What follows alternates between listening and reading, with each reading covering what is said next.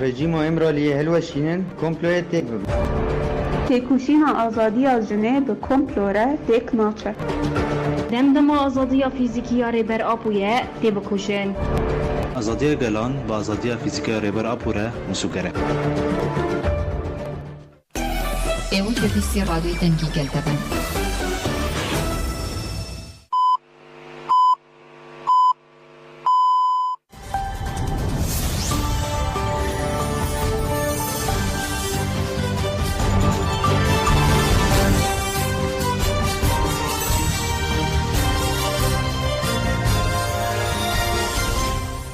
طالبه هەواڵەکانم کاشوانەتان پێشکەشەکەین. بە گوێرەی ڕاگەاندراوێت کە لەسەر ماڵپەڕی فەرمی کۆمیتەی ڕێگریکردن لە شکنجەی کۆنسەی ئەوروپا CPT بۆ لێکۆڵین و لە ڕفتارەکان دژێ و کەسانی لە زیندانەکانی ئاسایشی بڵندن سەردانی کردەوە بڵاوی کردوێتەوە کە باسی لەوە کردووە تا ئێستا لە دامەزراوەی سزای قورسی جۆری F ڕاگیراون پەیوەست بە پەیوەندیەکانە لەگەڵ لایەنە پەیوەندیدارەکان بە تایبەتی دەرەوە باسییان لە چەند بابەتێ کردووە باس لەوە دەکەن هەرچەندە لەگەڵ بەرپرسانی تورک باسییان لە ئیمرالی کرابێ ئەوە دەردەکەوێت کە سەردانی ئیمرالی نەکراوە ناوی ئیمرالی لە ناولی سێ شوێنانەدانی کە شاندەکە سەردانی کردوون شاندەکە سەردانی ئەو زیندانیانەی کردووە زیندانیانی جۆری ئێسی ئەنتالیا زیندانی جۆری ئێسی ئیدر زیندانی جۆری F1 زیندانی ئاسایشی بەڵندیوان زیندانی جۆری ئێڵی ئەنتالیا زیندانی جۆری ئێڵی ژمارەسەی مەڵتاب بۆ هاوڵاتیانی بیانی و لە ڕاگەنراوکە داماژە بۆ کراوە شاندەکە لەگەڵ یارمانستون وەزیری داد و ڕەمەزانجان جێگرەکی و ئەنیزیاف و زیڵدرم بەڕێوەبەری گشتی زیندانەکان و بەرپرسە باڵەکانی وەزارەتی دەرد و دەرەوە کۆبوونەتەوە و باس لەوە کراوە لەگەڵ محەرەم کلینچ دامەزراوی مافەکانی مرۆڤ و یەکسانی تورکیا و سەرۆکی میکانیزمی ڕێگرینەتەوەی ئەندامانی لیژنەی چاودێری زیندانەکانی ئەنقەرە و نوێنەرایەتی ڕێکخراو مەدەنەکان لە تورکیادا کۆبوونەتەوە هەروەها ئاماژە بۆ شکراو لە کۆتایی سەردانەکەدا شاندەکە سەرنجەکانی خۆی پێشکەشی بەرپرسانی تورکیا دەکا شانی باسە ماوەی 35 مانگەی زانێرێک لە ڕێبەرەوە جەلانەوە بەردەستیە و گۆشەگیری تند لە دژی بەڕێوە دەچێت سەرڕای هەوڵەکانی پارێزەر و خانەوادەکەی بۆ ئەنجامدانی دیدار بەڵام دەوڵەتی تورک ڕێگریان لێ دەکات. دەوڵەتی تورکیا بەردەوام لە پێشێلکارەکان لە یاساناوخۆیەکانی تورکیا و ئاسین و دەوڵەتی شێکێکە لەوانەی کە دەسەبرنەکردنی مافیوایەتی بۆ ڕێبەر ئۆژۆلانە کە هەر زیندانیەک ماوەی 20 ساڵ لە زینداندا بێت دەتوانێت داوای ئەو مافە بکە بەڵام دەوڵەتی تورک پشت لەو یاسا گویانیانە دەکا و بەردەوامی بە فاشیزمەتی خۆی دەدات. مافی هیوە ئەو مافە یاساییەی لە ڕێبەر ئۆجالان زەوت کراوە. دەوڵەتی داگیرکەری تورک بەردەوامە لە پێشێلکاریەکانی لە یاسا ناوخۆیەکانی تورکیا و ئاستی نێودەوڵەتیشدا یەکێک لەوانە دەستەبەرنەکردنی مافی هیوایە بۆ ڕێبەر ئۆجالان کە هەر زیندانیەک ماوەی 20 ساڵ لە زینداندا بێت دەتوانێت داوای ئەو مافە بکات بەڵام دەوڵەتی تورک پشت لەو یاسا جیهانیە دەکات و بەردەوامی بە فاشیزمەتی خۆی دەدات. مافی هیوا بریتە لە یاسایەک یان مافێک کە لە دادگای مافی مرۆڤی ئەوروپا دەرچووە بەپێی یاساکە هەر بەندکراوێک ماوەی زیاتر لە 20 ساڵ زیندانی بکرێت دوای تێپەڕبوونی ئەو ماوەیە مافی ئەوەی هەیە دووبارە پێداچوونەوە بە بڕیاری سزادانەکەیدا بکرێت یان ئازاد بکرێت یان بە ئازادبوونی مەرجدار. ئەم مافە لەگەڵ بەرەو پێشچوونی یاسای مافی مرۆڤ لە ئەوروپا هاتە ئاراوە دوای ئەوەی هەوڵدرا کە سزای لە سێدارەدان هەڵوەشێتەوە لەجێ ئەوە سزای زیندانیکردنی هەتاهەتایی پێشخراو لەلایەن چەندین دەوڵەت ڕەزامەندی لەسەردرا بەڵام دواتر یاساناسان و دادگای سزادانی تاوانکاری ئەوروپی بۆی دەرکەوت ئەمە پێچەوانەی فەلسەفەی سزادانە لە یاسا و بەتایبەتر مادەی سێی ڕێکەوتن نامەی پاراستنی مافی مرۆڤ و ئازادیە بنەڕەتیەکانە.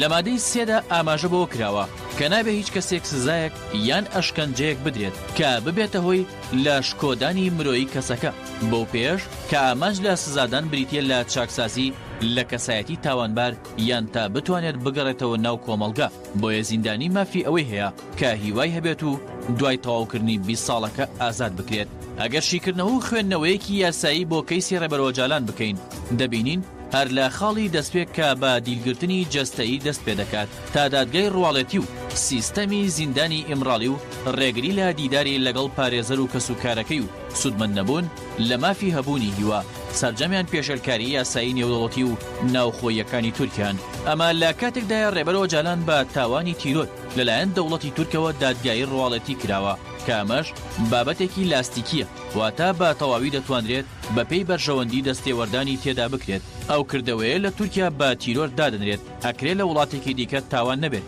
هەروەها بۆ خۆپەڕاندنەوە لە مادەی 2 لە ڕێکەوتنامەی مافی مرۆڤ و پاراستنی ئازادێ بنەڕەتیەکانە کە دەڵێت ئەرکی یاسا پاراستنی مرۆڤە نەک ئەوەی ستەمی لێ بکات. لە ساڵی 2003 دوای تێپەڕبوونی 3 ساڵ و نیو بەسەر ڕفاندنی ڕێبەرۆجالان یاسادانەری تورکیا گۆڕانکاری لە دەقی مادەکانی دەکات و بە جۆرێک کە تاوانی تیرۆریستی و تێکدانی ئاسایشی وڵات بە هیچ جۆرێک لێخۆشبوونی گشتی و ئازادکردنی مەرجدار نەیگرێتەوە. هەروەها پارێزەرەکانی ڕێبەرئۆجالان لە ساڵی 2003دا داواکاریەکیان پێشکەش بە دادگای مافی مرۆڤی ئەوروپی کرد. لە ساڵی 2014 وەڵامی داواکاریەکان درایەوە و لیژنەیەک لە ناو دادگاکە پێکهێنرا بۆ پێداچوونەوە بە یاساکانی تورکیا و بەکارهێنانی مافی هەبوونی هیوا بە ڕێبەرئۆجالان. سەرەتا دەوڵەتی تورک بێدەنگی هەڵدەبژێرێت بەڵام دواتر ڕەتی دەکاتەوە هەنگاوێکی ئەرێنی بنێت بە ئاشکرا دەڵێت مافی هیوا کەیسی ئۆجالان ناگرێتەوە. ئەمەش بەپێی بەندی 5 لە مادەی 95 دەستوری تورکیا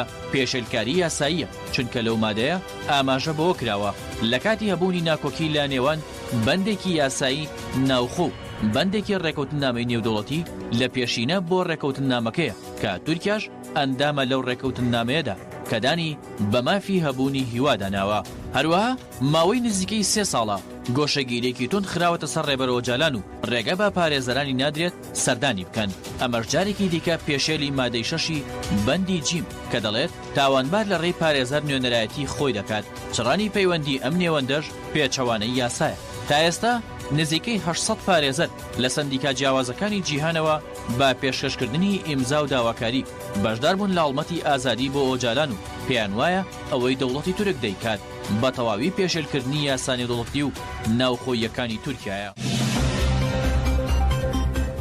بەهجەت ڕەمەزان دەڵێت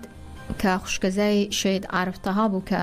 شەی بیسی ئەم مانگە بۆی هێرشی دەوڵەتی تورکەوە لە سنووری ئاکرە شەید بوو. دەڵێت دەوڵەتی تورک جیازی لە نێوان هیچ کوردێک ناکات تەنها ئامانجی لە ناوبردنی هەموو کوردە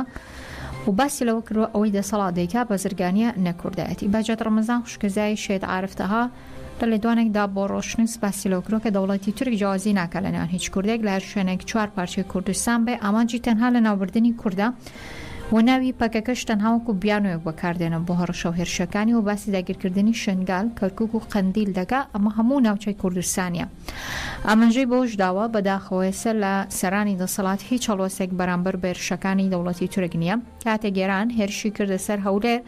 خۆپیشاندانیان کرد ئەوەی بۆ ئەوانەی تورکیا هیچ ناڵێن مەگەر ئێمەش کوردنین هاوڵاتیان بخاکەنین سەرما سوورماوە ئەوەی کە دەکرێت بازرگانیە نەکوردایەتی. باسی لەوە شکرۆ نازانین داوا لەکوێی هەرم بکەین بۆی داوا لەلایەنە پەیوەندیدارەکانی ڕەق دەکەن هەڵوێستان لە دژی و پێشێلکاریانەدا هەبێت.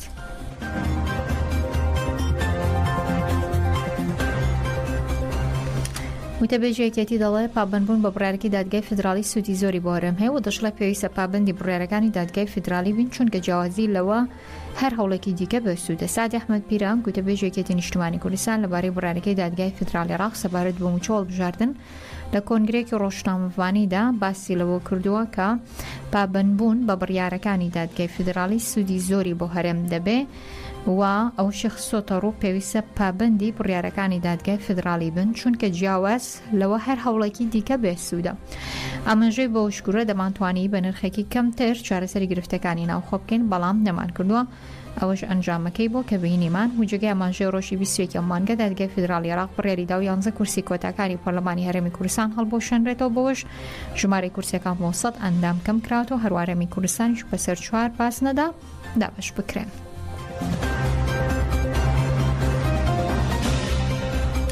بڕیارەکەی دادگای فیدرالی عێراق سەبارەت بە موچەی موچەخۆرانی هەرێم بەشێک لە مامۆستانی فەرمانبەرانی هێناوەتە سەر شەقام و خۆشی خۆیان دەردەبڕن بەڵام بەشێک لە مامۆستایان دەڵێن بڕیارەکەی دادگا لە داتوودا مەترسین بۆ سەر حکومەت وەرەمی کوردستان و شتەنیا دەسەڵاتدارانی هەرێم لی بەرپرسیارن.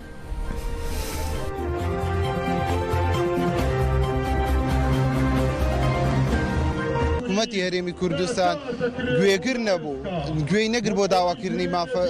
مافی مامۆستایان کە ئەمە شوای لە مامۆستایان و فەرمانبەرە کرد کە پەنا بۆ دادگای فەدراڵی بەرن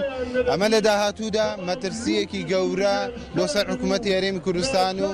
موچەخۆران دروست دەکات کۆباڵی ئەم مەترسیەش ئێمە وەکو فەرمانبەران دەیخێنە ئەستۆی حکوومەتی هەرێمی کوردستان و بەرپرسیارەتەکەشی لە ئەستۆی ئەواندا دەبێت لەگەڵ حکوومەتێک تێکەوتوین کە لەگەڵ ڕێزم کەڕ و گوێ بۆ هیچ داواکاریەک ناکرێت و تەنیا ئەو شتانەی دەبێت کە خۆی جێبەجێ دەکات لە کاتێکدا